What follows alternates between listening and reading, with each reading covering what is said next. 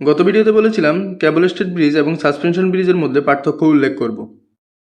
Suspension bridge আর কেবল stayed bridge দেখতে একই রকম, কিন্তু ভেতরের ইঞ্জিনিয়ারিং সম্পূর্ণ আলাদা।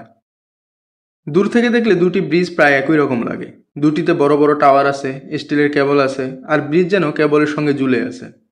কিন্তু একজন সিভিল ইঞ্জিনিয়ারের কাছে এই দুটি ব্রিজ একেবারেই আলাদা, কারণ ওজন বহন করার পদ্ধতি সম্পূর্ণ ভিন্ন। চলুন সহজ ভাষায় বুঝে নিই। প্রথমে সাসপেনশন ব্রিজের কথা বলি। এখানে দুটি বিশাল টাওয়ারের উপর একটি মেইন কেবল এক প্রান্ত থেকে অপর প্রান্ত পর্যন্ত চলে যায়। এই মেইন কেবল আবার ব্রিজের দুই পাশের বিশাল অ্যাঙ্কর ব্লকের সঙ্গে শক্তভাবে বাঁধা থাকে। এখন যদি একটি ট্রাক ব্রিজে উঠে তাহলে কি হবে? ট্রাকের ওজন প্রথমে ব্রিজের ডেকে পড়বে। ডেক থেকে ওজন যাবে ছোট ছোট হ্যাঙ্গার কেবলে। সেখান থেকে ওজন চলে যায় মেইন কেবলে। মেইন কেবল সেই ওজন দুই পাশের টাওয়ার এবং অ্যাঙ্কর ব্লকে পৌঁছে দেয়। এখানে সবচেয়ে গুরুত্বপূর্ণ বিষয় হলো মেইন কেবল। মেইন কেবল পুরো ব্রিজের প্রাণ। এবার আসি কেবল স্টেড ব্রিজে। এখানে কোনো মেইন কেবল নেই, কোনো অ্যাঙ্কর ব্লকও থাকে না যেমন সাসপেনশন ব্রিজে থাকে। বরং টাওয়ার থেকে অসংখ্য কেবল সরাসরি রাস্তার সঙ্গে যুক্ত থাকে।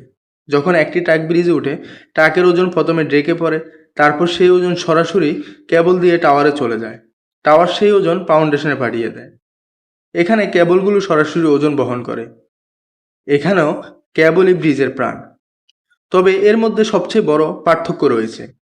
এখন একটি সহজ উদাহরণ কল্পনা করুন। ধরুন আপনি একটি কাপড় শুকানোর দড়িতে কিছু কাপড় ঝুলিয়ে দিলেন। দড়িটি মাঝখানে বাঁকা হয়ে যাবে। এটি অনেকটা সাসপেনশন ব্রিজের মতো। এবার কল্পনা করুন একটি খুঁটি থেকে কয়েকটি দড়ি দিয়ে একটি বোটকে ধরে রাখা হয়েছে। এটি কেবল স্টেড ব্রিজের উদাহরণ। এখন প্রশ্ন করতে পারেন কোন ব্রিজ বেশি শক্তিশালী? এখানে বেশি শক্তিশালী বলার চেয়ে কোন পরিস্থিতির কোন ব্রিজ উপযুক্ত এটাই গুরুত্বপূর্ণ। সাসপেনশন ব্রিজ খুব দীর্ঘ স্প্যানের জন্য সেরা। 1 থেকে 2 কিলোমিটার বা তারও বেশি দূরত্ব পার হতে পারে, তবে নির্মাণ জটিল এবং ব্যয়বহুল। কেবল স্টেড ব্রিজ মাঝারি থেকে দীর্ঘ স্প্যানের জন্য খুব কার্যকর। নির্মাণ খরচ তুলনামূলক কম, রক্ষণাবেক্ষণ তুলনামূলক সহজ হতে পারে।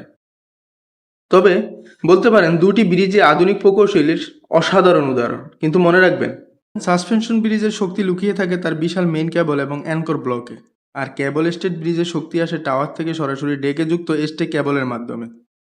দেখতে একই রকম হলেও ভেতরের লোড বহনের পদ্ধতি সম্পূর্ণ আলাদা, আর এই পার্থক্য একজন সিভিল ইঞ্জিনিয়ারের কাছে সবচেয়ে গুরুত্বপূর্ণ বিষয়।